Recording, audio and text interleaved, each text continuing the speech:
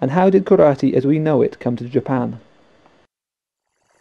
We still have to stay with Okinawa, and perhaps for Shotokan karate, people introduced the name of Sensei Gichin Funakoshi, who was born in Okinawa in about 1868. He's very important in the way in which karate eventually got to Japan. Now, when Funakoshi was young, he was a sickly child, and in order to improve his health, his parents took him to Okinawan masters and had him taught karate to improve his health. Karate was still a secret art at that time, still shrouded in secrecy, still taught in secrecy.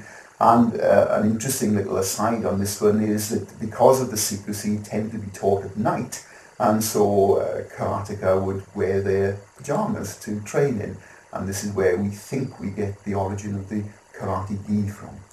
Now, Funakoshi became a school teacher in Okinawa. And by this time, Okinawa was part of the Japanese Empire, not simply run by the Satsuma clan from the southern Japanese island, which had been an unofficial occupation all along, but now by this time it became officially part of the Japanese Emperor.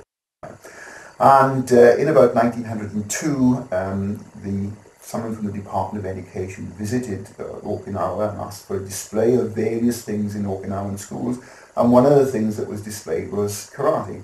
And he was very impressed by this and allowed karate to be introduced into the Okinawan school system. And this was taken up very rapidly by all the schools in Okinawa. And Funakoshi was a teacher in the schools, also taught karate then. Now, since Okinawa was in the Japanese Empire, it was visited quite often by Japanese naval ships, and these naval personnel saw demonstrations of karate and were taught karate as well. And so they took ideas about karate back to Tokyo in particular. And as a result of that, the Okinawans were invited to send a team across to Japan to demonstrate karate, and Funakoshi led this. This was in about 1917. In 1921, the Emperor-to-be Hirohito visited Okinawa, and he was shown a display of karate, and he was very impressed by this.